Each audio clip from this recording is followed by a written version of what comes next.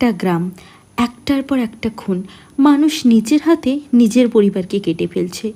কেউ জানে না কেন, কেউ জানে না কিভাবে, কিন্তু সবাই জানে কিছু একটা ঢুকেছে এই গ্রামে।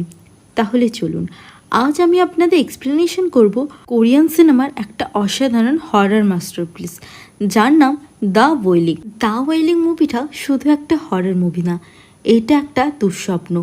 এই মুভিতে রয়েছে ইভেল আর ফেথের একটা অসাধারণ মিল। আপনার মনে একটা বিভৎস ভয়ের সৃষ্টি করবে। তাহলে চলুন, বাড়ির লাইট অফ করে দিন আর অসাধারণ ডার্কনেস আর সাসপেন্স নিয়ে এই মুভিটা দেখতে আরম্ভ করুন।